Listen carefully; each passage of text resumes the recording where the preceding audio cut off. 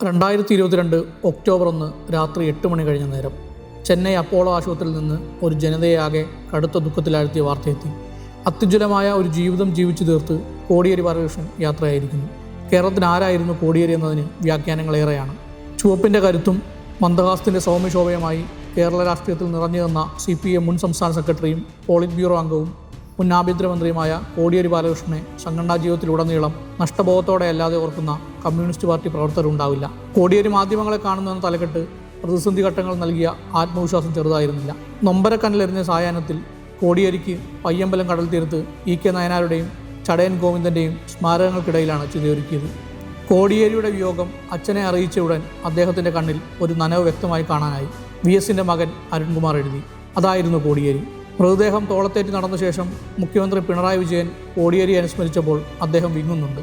കനം വെക്കുന്ന വിഷമത്താൽ പ്രസംഗം പാതി വഴി നിർത്തി പിൻവാങ്ങുന്നുമുണ്ട്. സഖാത്വം എന്തെന്ന് തിരിച്ചറിഞ്ഞ നേരങ്ങൾ. സാധാരണ ജനങ്ങൾക്കിടയിലും സംഘടനാ നേതൃത്വത്തിനിടയിലും ഒരേപോലെ ഇഴുകിച്ചേരാൻ മിടുക്കുണ്ടായിരുന്ന ഒരാൾ കോടിയേരി. അധികാര കസേരകളിലേക്ക് ഒരിക്കൽ നോക്കിയില്ല. പകരം ദൈനംദിനം അരികുവൽക്കരിക്കപ്പെടുന്ന മനുഷ്യരിലേക്ക് നോക്കി രാഷ്ട്രീയ നിലപാടെടുക്കാൻ പ്രവർത്തകരെ ശീലിപ്പിച്ചു. അധാർമികമായ മാധ്യമവേട്ടകളെയും അവസാന കാലത്ത് തൻ്റെ ജീവനെ കാർന്നു തിന്നാനെത്തിയ മാരക രോഗത്തെയും അചഞ്ചലനായ കമ്മ്യൂണിസ്റ്റ് നേരിട്ടു. ഏത് ഘട്ടത്തിലും ജീവനും ജീവിതവും നഷ്ടപ്പെടുന്നവരായിരുന്നു അദ്ദേഹത്തിൻ്റെ ചിന്തകൾ നിറയെ. ശ്വാസം നിലയ്ക്കുന്നതുവരെ എനിക്കെൻ്റെ പാർട്ടിയെ പ്രതിരോധിക്കേണ്ടതുണ്ട് എന്ന് ക്ഷീണിതമായ ശബ്ദത്തിലും ഉറപ്പിച്ചു പറഞ്ഞു. സങ്കീർണമായ രാഷ്ട്രീയ സംഘടനാ പ്രശ്നങ്ങളെ ലളിതമായി അനായാസമായി കൈകാര്യം ചെയ്യാൻ അദ്ദേഹത്തിനായി.